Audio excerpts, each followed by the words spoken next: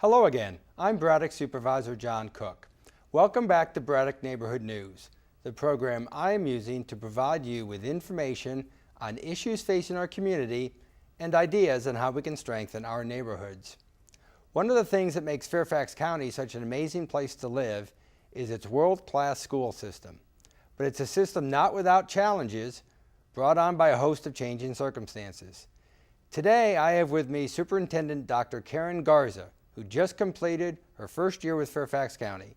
I'm pleased to have her on the show to discuss some of these challenges and how FCPS seeks to meet them. Dr. Garza, thanks for coming on the show. Thank you for having me, Supervisor Cook. Very happy to be here. Well, it's been a year. You didn't leave town and run away, so I guess it's going all right. Things are going well. I'm very happy to say we successfully completed 1 year. It's been a very fast year. It's hard to believe. I've had a lot of people say, you seem like you've been here longer. And I guess that's because, it's been great work and we've been very engaged in the community. Well, you've come at a time when there's a lot happening, a lot of good things and a lot of challenges, so you didn't really have any time off to get into the swing. But tell us a little bit about what made you think of Fairfax County when you were either looking for, when you were approached about the position, and what does Fairfax County look like from the outside? From the outside, having been in Houston ISD, the 7th largest school system in the country, I knew about Fairfax County Public Schools. And so for many years, we'd followed what was going on in Fairfax and tried to emulate a lot of the things that Fairfax is known for. So I was very familiar with the system from afar. And so I knew its reputation of being one of the finest school systems in the country. And so I knew about that reputation. So when I was contacted to consider visiting about the position, I was really excited and very humbled to have the opportunity to talk about it, and here I am today. I'm really excited to be a part of this great system and this great community. Well, it's great having you here. Tell us a little bit about your background. You in Texas most of the time, so a little different from the Washington, D.C. suburbs, but just give us a little feel for your background. I've spent my whole life in education. Started my career as a teacher, kindergarten teacher, you may have heard. I love instruction. I love the work around teaching and learning. Was an elementary principal. Have been curriculum director. I've had a variety of different positions. Was chief academic officer in Houston ISD for 4 years. And then I've also worked at the state level. You may not know that about me, Supervisor Cook, but I actually was a registered lobbyist once upon a time. You gave that up, though. Yes, I did. Yes, I did. Actually, it was a great experience, though. I spent 2 regular sessions and 4 special sessions representing public schools. It was the poor lobby. But it was really exciting to learn, to see from the state level perspective, how important it is around the policies that are made that impact our public school systems. And so I had that unique experience as well. But very happy to be here. We love the area.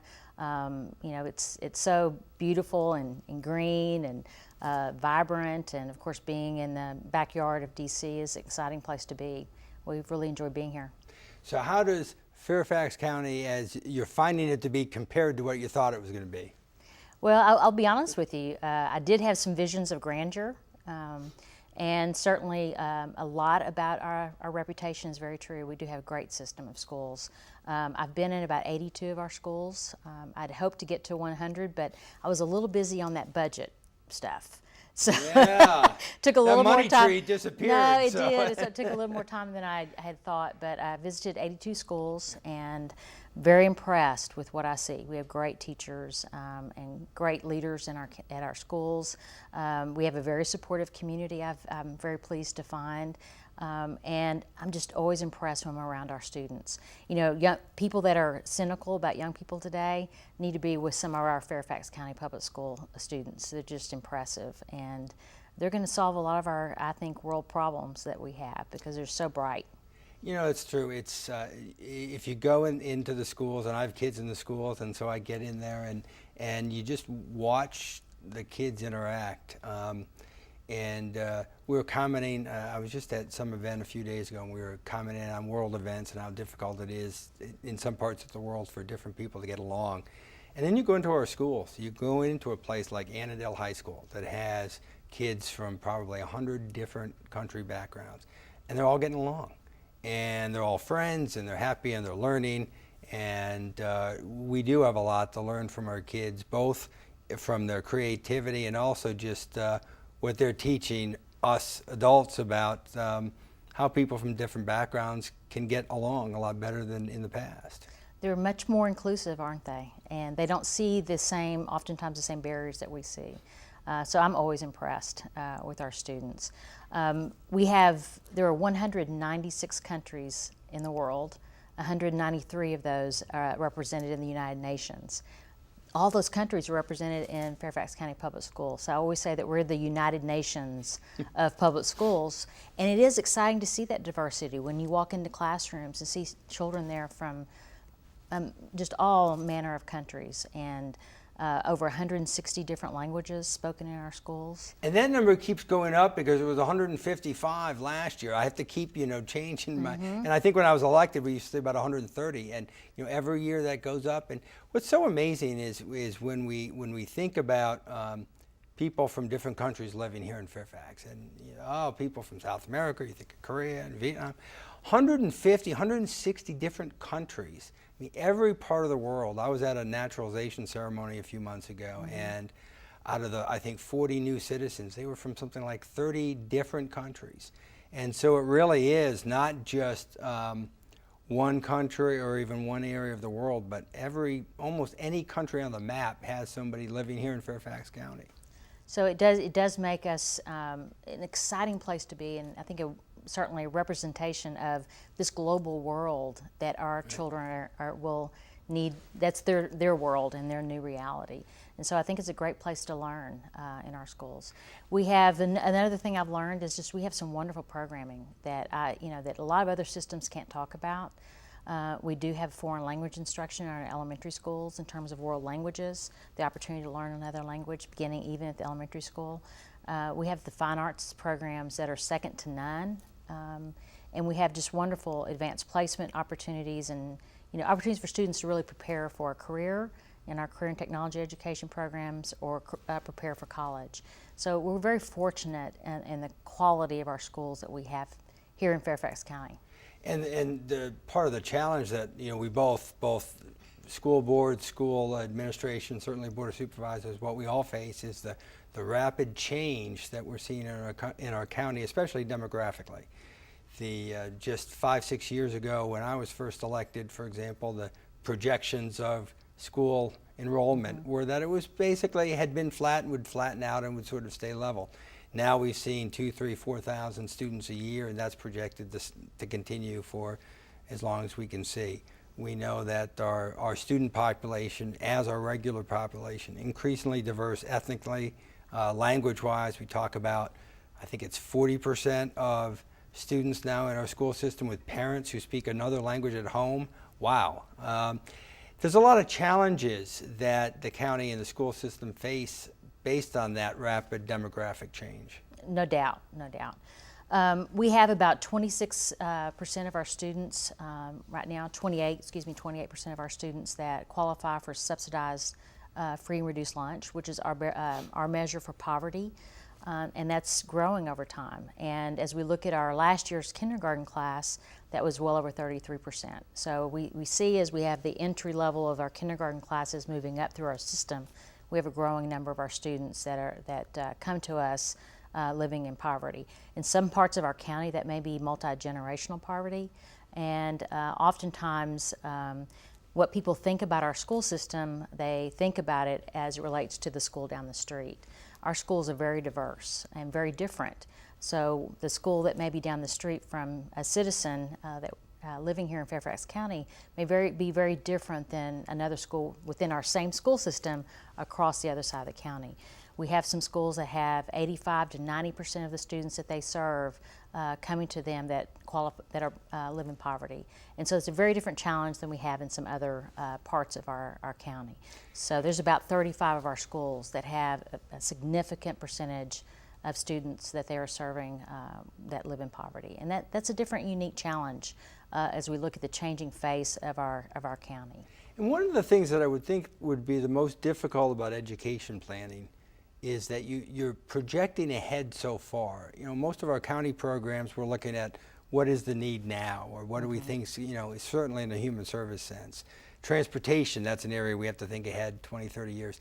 In education, the kids entering school now, they're not going to be adults for another 20 years. And so you need to design an education system today that's relevant 20 years from now. And as fast as the world changes and technology changes and everything else, that must be difficult from just a curriculum planning standpoint and everything else.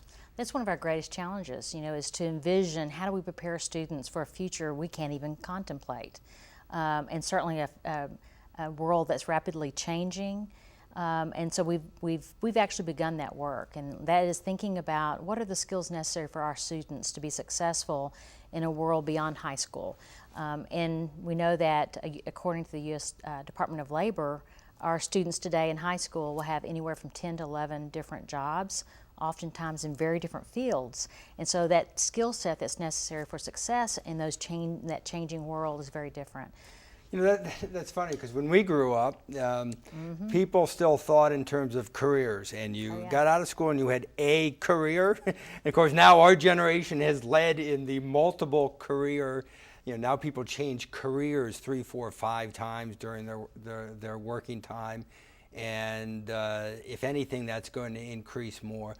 But we do know there are certain skills that you always need, right? Reading, math, computation, communication, certainly oral communication, even more important, and how problem solving and critical thinking, those things don't really change. That's right.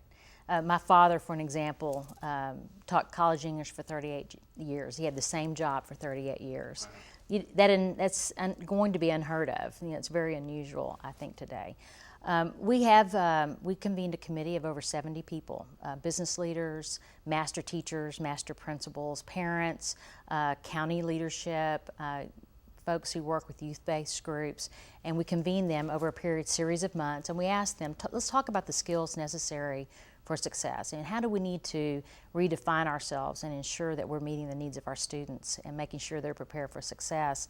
And from that, we developed our Portrait of a Graduate, which if members of this community are interested, it's on our website. I'm very proud of that work. It's one of the best I've seen in terms of thinking about what kinds of skills our students need. And we're now engaged in strategic planning around if these are the skills necessary, how can we reshape in what we're doing in our educational systems, in our schools, in our classrooms, around project-based learning, capstone projects, because you're right, what's necessary is strong communication skills, writing skills, the ability to speak.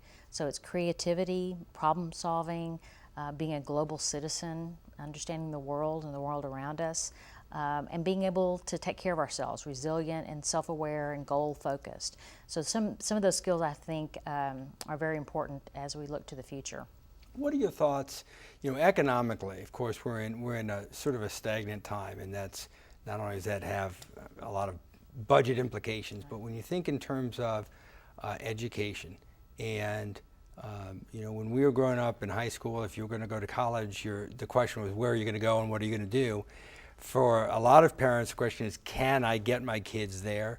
We see, we're very fortunate in Fairfax. We have Northern Virginia Community College. A lot of our students go there for a couple of years, have that great partnership to be able to go on to Mason or UVA or other schools. But that economic factor of where kids are going to go with their education, what role does that play as far as how we need to prepare them for college and beyond?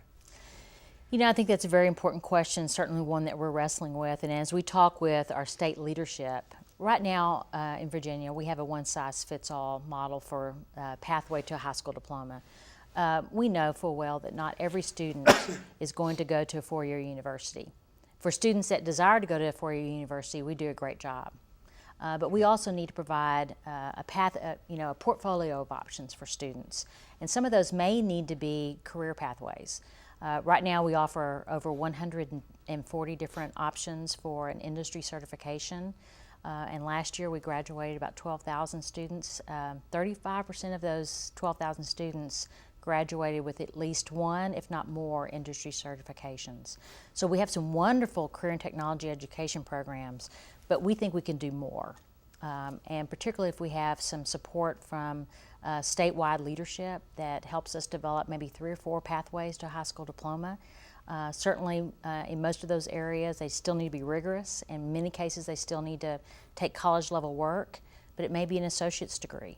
And so we're looking and forging new and different business partnerships because we think there are ways that we can engage the business community in our high schools and middle schools and elementary schools around particularly the STEM fields, science, technology, engineering, and mathematics, so that when students are in high school, they're already experiencing the opportunity through internships and externships, and opportunity to really experience the world of work as they're in high school, and that pathway, direct pathway to a job in our county.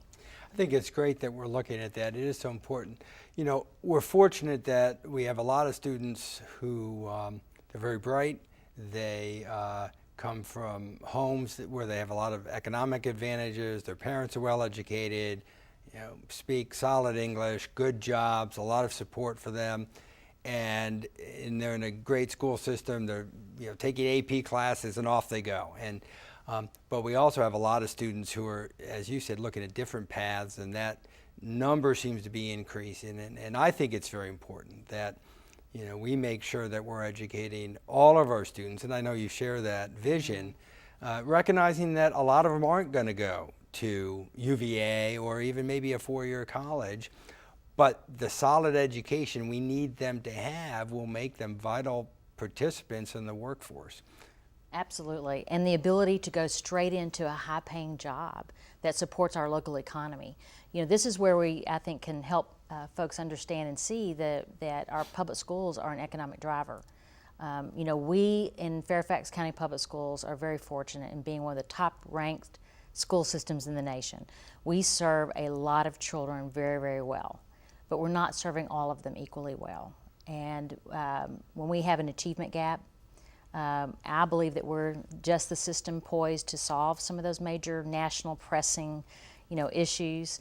But we've got to, in order for us to do it though, we're going to have to offer an array of options that begin with pathways to potentially a career, which in many cases they can make, you know, a lot of money and currently certainly can contribute quite well to our local economy. You mentioned the achievement gap, and a lot of our viewers know what that is. Some may not, but it's, we sometimes call it the minority achievement gap, that we have a lot of our, you know, racial minorities that are testing and lower than others, and there's a gap there. That is true across the country. Everywhere. But unfortunately that gap has been fairly large in Fairfax, and I know you have some experience closing you know, that gap in your prior positions. And tell us a little bit more about that in Fairfax County, how we can especially help our African American and Latino and other minority students sort of, you know, catch up so we can reduce that gap. Well, we need to be focused on the needs of every child in our system and responding to those needs. I believe that a strong program around literacy and reading and ensuring that students at the very earliest ages are reading well. We know that as you move throughout the system, if you can't read, it's very difficult to understand and learn new content. So I think that's must be a focus of our system, and it's something we're working on right now, and that is having a very focused and exact reading program at the earliest stages. I believe very passionately that we must solve, the county and us together, solve the challenge around providing every qualifying student at least, if not universal, high-quality preschool experiences. We know that today, right now we're serving about 54% of our qualifying students in a high-quality preschool program before kindergarten. Today, kindergarten is called the new first grade.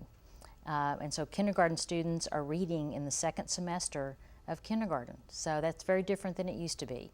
And so if we have children who live in poverty, who have not had access to high-quality early childhood programming, they come to school with 10,000 words less than a middle-income or higher-income family.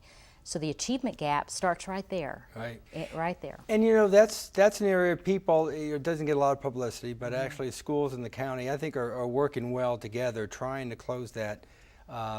And some of the programs we're doing preschool-wise, less expensive than Head Start, you know, as far as per child, and that means we're serving more children. I think we're doing some really good, innovative work here. Oh, I agree. I agree. And I think our program is what I would definitely support in terms of our expansion. But we're doing some things like our Bridge to K program, which is a kind of a ramp-up program that happens right before school starts. If they can't be in the previous year in an early childhood program that we're providing, at least they've had a couple of weeks to get prepared for kindergarten. But this is an important issue, and I know that the county leadership, just like you, Supervisor Cook, have been very, very supportive of us solving this issue, and I think together we will. I hope one of these days in the very near future we will have every qualifying student, if not all students, in high-quality early childhood experiences. All you have to do is ask a kindergarten teacher, and they will tell you in the first week of school, actually in the first day, they can tell you what child has been in a pre-K program and which one has not. Right, It and you really know, makes a big difference. Right, from your experience, and my mother taught kindergarten. My oldest daughter is a first grade teacher. So, and boy, that's when you're teaching kindergarten, first grade, second grade. To me, that's sort of, you know, that's where it all starts. And getting kids on a good first step is really important. It's a lot harder to catch up later on. I so agree, and so that's one of our major goals ahead, is to solve this together. You know, you talked about literacy and the importance of language, and we've talked about demographic change. We have a lot of students from foreign countries struggle with English. So our ESL, English Second Language program, very important, not only to teach children English, but their parents. And I was on the ACE committee, the school board's advisory committee on adult and community education, before I was on the board of supervisors. And you know, we talked a lot about ESL and the importance of realizing that if a parent can't speak English, they can't help their kid do their homework. They can't follow what's going on. They can't participate in meetings with their teacher and administration. So I know that's a challenge because it's a greater number of students every year needing ESL, but it's a very important part of making sure that literacy is going to every student in the system. It's very important. Right now, about 15% of our students in our system come to our schools not speaking English. And if we catch them, if we get them early, we have very strong chances of getting them caught up and getting them on grade level. We have a wonderful ESOL program that has been renowned across the country, but you can imagine the challenges when students from other countries enter our schools when they're in middle school or even high school. And we do a great job. Our ESOL teachers are just phenomenal. But we know that we're going to have to do more in terms of providing more of a portfolio of schools. We're looking at maybe a newcomer school because it's very difficult when you enter a comprehensive high school and you're expected to graduate under the same requirements as any other student, but you do not speak English. So we know that we're going to have to make a program to do better in being responsive to the students' needs. But your point about the family is a good one, because we know that if we invest in the family of that particular child and helping his or her parents speak English, then we're improving the quality of life in that family. And the ability for the parents to get jobs in our county and in this area improves the quality of life overall for the child. So we know that it situates the child as a whole better for learning and for future success. Right. We've got time for one quick question, and I wanted to talk a little bit about special education. And we've talked about the importance of parents and children and how language can be difficult, especially true in special ed and regardless of language. But growing special ed population, kids with a whole array of needs, and that presents a challenge, but it's really one we need to focus on. It is a priority for us. We recognize we have pockets of excellence around our special education programming, but it's certainly something that we recognize that we need to ensure that is of equal quality, whatever school a child may be going to. So response to intervention is a priority for us, making sure that our teachers and our leadership at the campus level are well equipped to navigate and lead parents through that process and making sure that we're being responsive to the needs of students. And we have some schools that we can learn from. Right here in our county, we have pockets of excellence who do that extraordinarily well, but we recognize we need to take that to scale. And the schools are doing a great job on the mental health issue now, really jumping ahead on that and working with the county on our behavioral health initiative. We could do a whole Yes. show on that, and maybe we will, but right now we're out of time. And I'd like to thank Dr. Garza for coming on the show and sharing her vision for the future of Fairfax County Public Schools. I look forward to working with her over the coming years as we strive to maintain the level of excellence that our school system has today. I hope you've enjoyed this segment of Braddock Neighborhood News. Thank you for watching. If you have any questions, comments, or other needs, please contact my office at 703-425-9300 or email braddock@fairfaxcounty.gov. Tune in next month for another edition, and please remember to look for ways to volunteer. Your community needs you.